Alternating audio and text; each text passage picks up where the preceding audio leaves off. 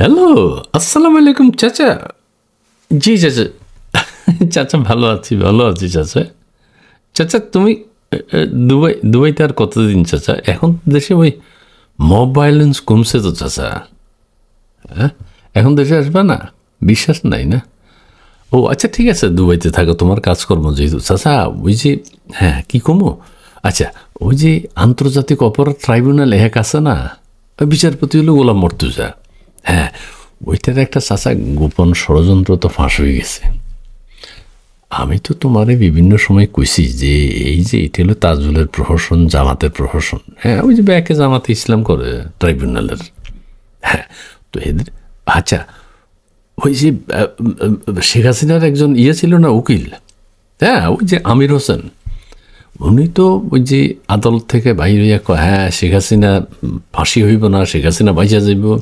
তারপর শেখ হাসিনা তো পালাই নেই, শেখ হাসিনা তো হেলিকপ্টারে করে গেছে, পালাইছে কে বলছে, নানান গরম গরম কথা, আমার আসামি খালাস হয়ে যাবে। তো এগুলো তো উনি নাটক করে দেশবাসী মনে করছিল বাবা শেখ হাসিনার ন্যায় বিচার দিতেছে। হ্যাঁ, ন্যায় বিচার না গোলার ডিম। চাচা কী হয়েছে কমু, মানে ওই হেরা বিচার কার্য শেষ হওয়ার পরে, বুঝছো নি, বিচার কার্য শেষ হওয়ার পরে প্রধান বিচারপতি জিগাইতেছে ওই আইনজীবী আমির হোসেন রে, যে তুমি যে বাইরে সাংবাদিকদেরকে কও শেখ হাসিনা জামিন পেয়ে যাব, শেখ হাসিনার ফাঁসি হইব না, কেমনে কও? তখন উকিল কইতেছে, আমির হোসেন কইতেছে, না স্যার, মেইলর্ড, এটা হচ্ছে ওই যে যদি আমি কই আমার আসামির ফাঁসি হইব, তাহলে তো আমি কিসের উকিল, আপনি কিসের বিচারপতি? হ্যাঁ, ওই জন্য একটু নাটক করছি সবার সামনে, সাংবাদিকদের সামনে। এখন চাচা কি হয়েছে, ওই যে মাইক্রোফোন আর ক্যামেরা যে অন ছিল, হ্যাঁ তারা বুঝছে না। হ্যাঁ, বিচারপতি যে আর ওই যে আইনজীবী কথা ফাঁস হয়ে গেছে চাচা, বেরসিক ক্যামেরাম্যান, বেরসিক অডিও ইঞ্জিনিয়ার, এটা রেকর্ড করে ফেলেছে। রেকর্ড করে তো এখন বাইরে ছেড়ে দিছে চাচা, মার কাট। মানে ওই যে তাজুলের নাটক, হ্যাঁ তারা ভিতরে কী কথা কয় আদালতের ভিতরে, সাংবাদিক চলে গেলে ফাইজলামি করে। হ্যাঁ, ওই যে শেখ হাসিনা টিটকারি মিটকারি মস্করা যা করে বেগিন ধরা পড়ে গেছে চাচা। হ্যাঁ, কী কইলা তুই এতদিন কইছিস, মানে আমি এতদিন তো তোমারে কইছি। হ্যাঁ, তুমি তো বিশ্বাস করো নাই তো, কারণ তুমি তো দেশে নাই চাচা, আমরা তো খোঁজখবর রাখি। এতটা ঠাট্টা মস্করা করে মনে করছিল দেশবাসী বুঝত না। দেশবাসী বুঝছে কিন্তু কোনো প্রমাণ তো নাই। এখন তো এখনও উকিল আর ওই যে বিচারপতি কী কথা কি, হ্যাঁ ওই যে উকিল তো কোনো উকিলের তো তারা দাঁড়াইতে দেয় না। হ্যাঁ, শেখ হাসিনার পক্ষে কোনো উকিল নেই। পরে দয়া করে ওই যে রাষ্ট্র একজনের উকিল বানাইছে।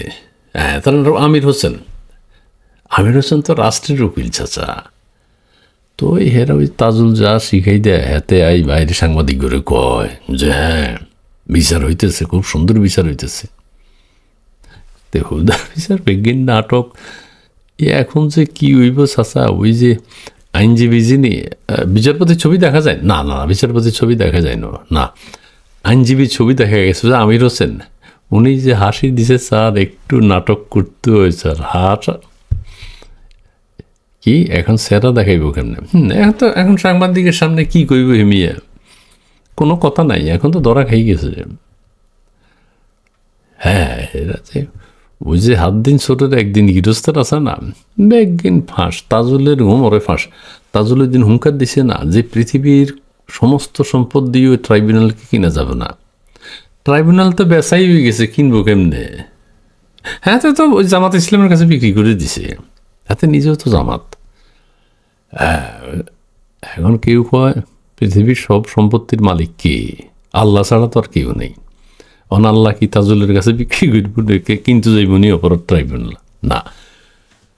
না, আবার কেউ কইতেছে হাতে তো আন্তর্জাতিক অপরাধ ট্রাইব্যুনাল বেশিয়ে হালাইছে, এখন আবার না, এখন ওই 2 নম্বরই করে আবার বেচতে গেলে তো বেজা লইব।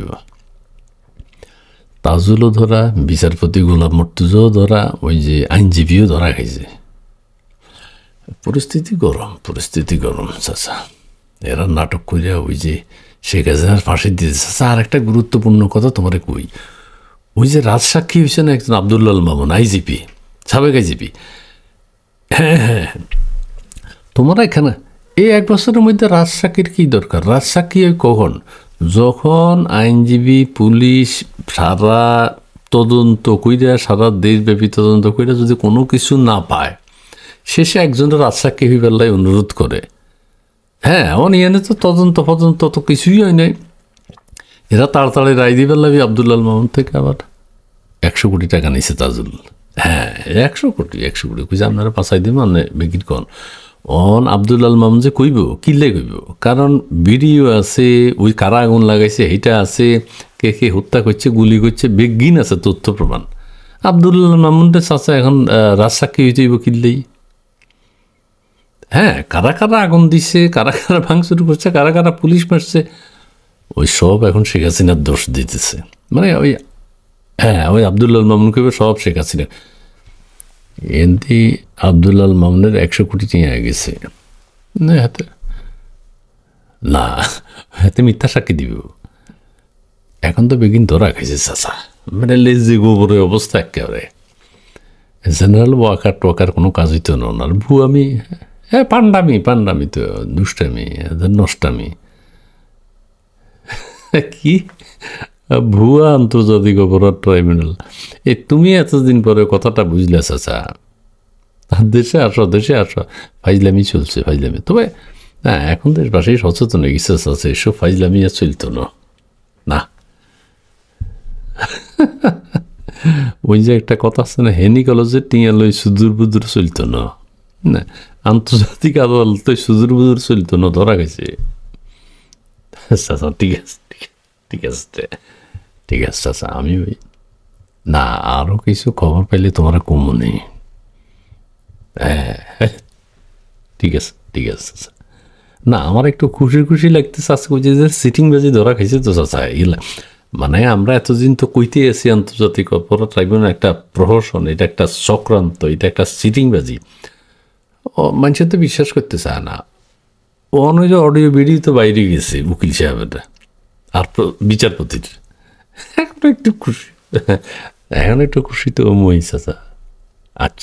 আচ্ছা ঠিক আছে, আচ্ছা রাখি। জি আসসালামু আলাইকুম হয় না, আসসালামু আলাইকুম। জি চাচা, জি। হ্যাঁ, এতদিন পরে একটু ভালো লাগতেছে বাবারে। এতদিন মানুষের কইছি যে আন্তর্জাতিক অপরাধ ট্রাইব্যুনাল সিটিং বাজি, ধাপাবাজি। হ্যাঁ, এখন তো বেগিন হাসা, হেতারা কি কথা কয়, ধরা খাই গেছে। অডিও ভিডিও ব্যাক আপনারা পাইবেন।